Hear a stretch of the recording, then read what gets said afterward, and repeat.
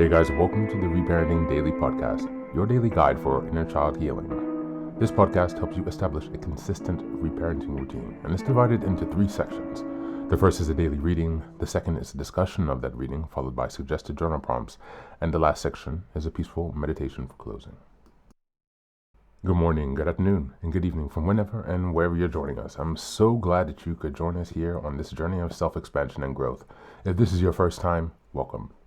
Now, before we dive in, I'd like to again remind us of the congratulations of passing the 500 episode marker. And as a celebration of that, I've opened up the Patreon community for free membership so that people can join our Zoom calls for free. There are a lot of people struggling out there. There's a lot going on. So I thought this could be a way to provide some help and, to give some thanks for all the support that I've received so far. You can also choose if you'd like to be a paid Patreon member, and that will help me to subsidize some of the costs and expenses that I have for this project. I'm still running this out of my own pocket, so it's about $2,000 to $5,000 a year that it costs me to produce this actually. So I'm not really making money from this. It's something that I'm doing for myself and hopefully to be able to help others. And so I'm coming from a genuine place here. The second thing that I'd like to remind you is that you can also find the Reparenting Daily Journal. You can purchase that on Amazon. It's another way to support the podcast. It's under $20. And it basically allows you to follow along with all of the monthly and weekly themes. It gives you space to keep your notes. And yeah, if you join the team or the Zoom calls, it might be a great way for us to all stay aligned and be working together. The last thing I'd like to give you a head up on is the Fairy Tales for Reparenting Daily series.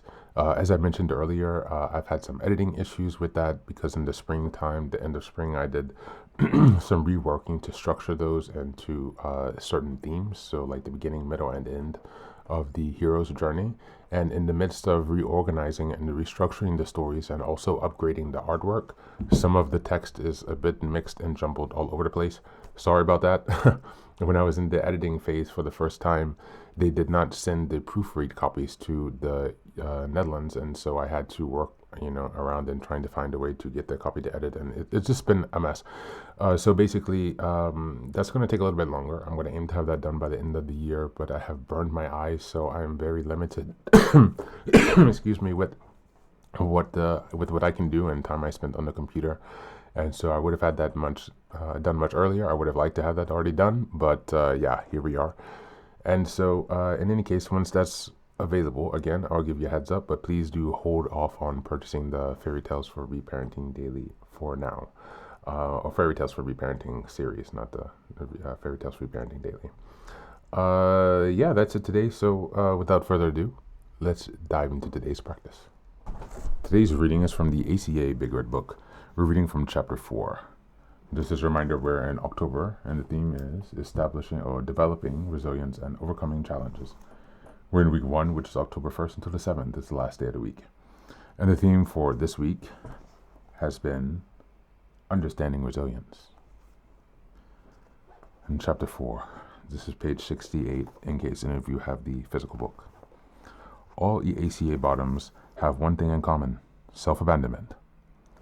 While our actions can harm others, we ultimately harm ourselves by running from ourselves.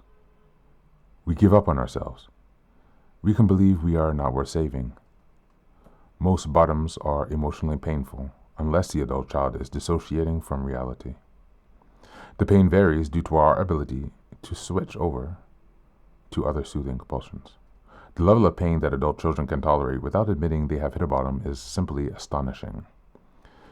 Being adult children, we have learned to endure colossal amounts of abuse and aloneness that no one, only us, would understand.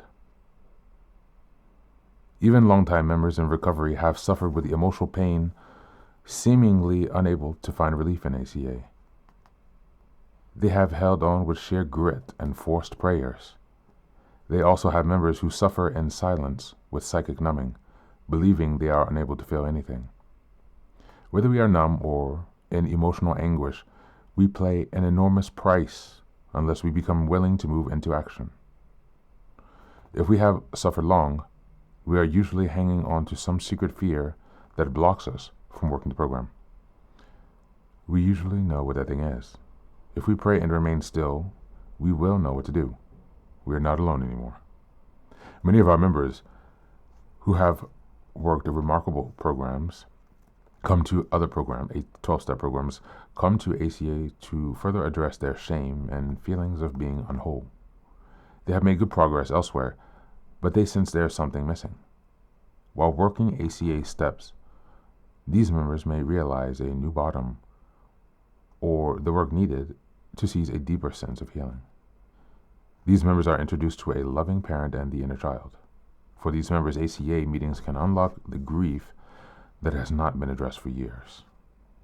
While ACA bottoms are emotional and spiritual lows, they are also physical. ACA members have spoken of experiencing withdrawal-like sensations in the body during a bottoming out.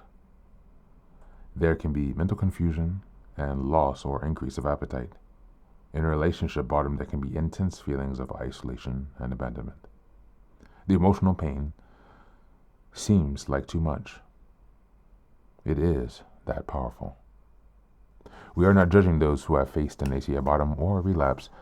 An ACA relapse can involve a return to sustained dependency on our survival traits or family role. Another type of ACA relapse can involve binging on food, sex, drugs, or work, or remaining in an abusive relationship without a clear plan to get out. A bottom or relapse can both be addressed by action and asserting oneself in the program. Thank you, and that's the reading for today.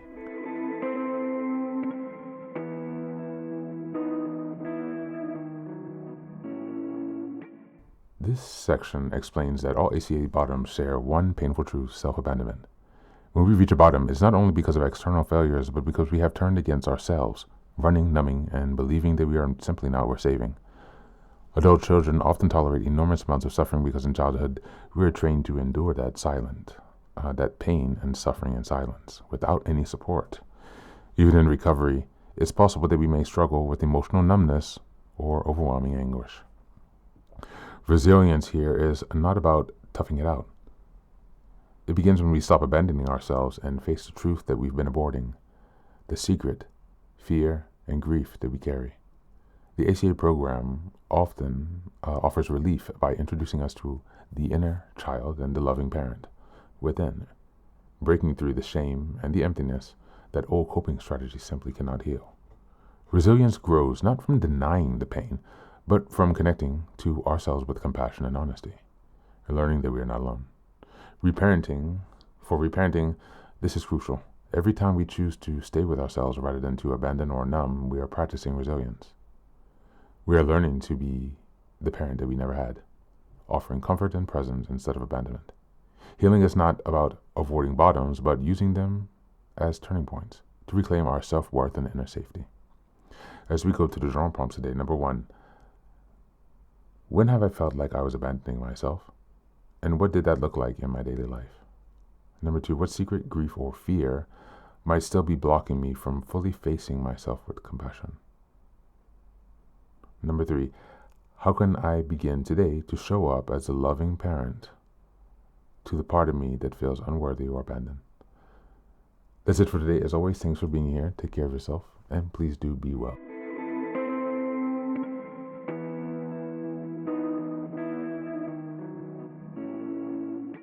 Welcome back. Now, this is the third and final section of the daily podcast. This is your silent meditation. Please go ahead and find a space where you can be comfortable and undisturbed, where you can relax and spend some time with yourself for this 10-minute silent meditation. You can choose to be sitting, standing, lying down, or in whatever position makes you comfortable today. Take a moment to simply be with yourself. Focus on your breath and gently connect with each part of your body. If thoughts arise, don't let them overwhelm you. Just observe them without attachment. Imagine them as leaves drifting down atop a river, passing by without needing your engagement. Stay present, grounded, and open to this moment, no matter what time you are listening and practicing this meditation. Namaste.